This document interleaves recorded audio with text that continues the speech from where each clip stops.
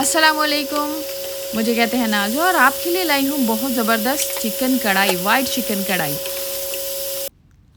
सबसे पहले हम बात कर लेते हैं इंग्रेडिएंट्स की, इसमें क्या-क्या जाएँगे। सबसे पहले हमारा चिकन आता है, इसको मैंने विनेगर लगा के 20-15 मिनट के लिए रख दिया था। उसके बाद मैंने इसको वॉश किया और जो सूखे मसाले हैं उसमें सूखा धनिया है, कुटा हुआ ज़ीरा है और साथ में नमक है और काली मिर्चें, इसमें लाल मिर्चें नहीं जाती। और चलें जी हम इसको बनाना स्टार्ट कर लेते हैं। यहाँ मैंने लिया है पैन और उसके अंदर ऑयल हस्बे ज़रूरत, जितनी आपको ज़रूरत हो उसी के मुताबिक आप इस्तेमाल कर सकते हैं। और यहाँ मैंने लिया है चिकन, इसके अंदर ऐड कर दिया है ताकि ये पक जाए थोड़ा-सा और इसको हम हिलाते जाएँगे और ये थोड़ा-सा पक जाएगा, ज़्यादा नहीं।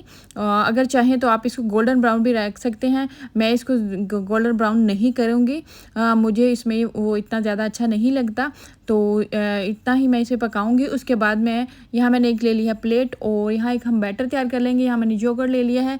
ये योगर्ट जो है रिक्वायरमेंट से थोड़ा कम था मेरे पास। और अभी ये मैं इसके अंदर सूखा धनिया, सूखा ज़ीरा और काली मिर्चों का पाउडर, नमक मैंने इसके अंदर डाल दिया है।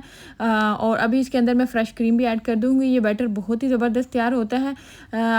अगर आपको पसंद आए तो आप भी इसी तरह बना कर देखिएगा और बताइएगा मुझे कैसा बना है। अभी ये देखें, ये चिकन थोड़ा-सा तैयार हो चुका है, रेडी हो चुका है और इसके अंदर मैंने लहसुन डाल दिया है और साथ में अनियन डाल दिया है और 2 और अचारी मिर्च। अचारी मिर्चों का टेस्ट बेहद, मैं हमेशा ये इस्तेमाल करती हूँ, इसका बेहद टेस्ट जो है कंपैरिज़न टू अदर मिर्चें जो उससे बहुत अच्छा आता है। तो अभी मैं इसको पकने के लिए थोड़ी देर रख दूँगी ताकि इसके अंदर जो अनियन है और लहसुन हमने फ्रेश इस्तेमाल किया है वो पक जाए। अभी ये पक चुका है, देखिए उसने ऑयल छोड़ दिया है। तो जो बैटर मैंने तैयार किया था वो इसके अंदर मैं ऐड कर दूँगी और हम इसको हिलाते रहेंगे, थोड़ी देर पकाते रहेंगे। और उसके बाद फिर ये मुझे क्रीम थोड़ी कम लग रही थी, बैटर थोड़ा कम लग रहा था, मैंने इसके अंदर और फ्रेश क्रीम ऐड कर दी और थोड़ी देर हम इसको लो फ्लेम पर पकाएंगे।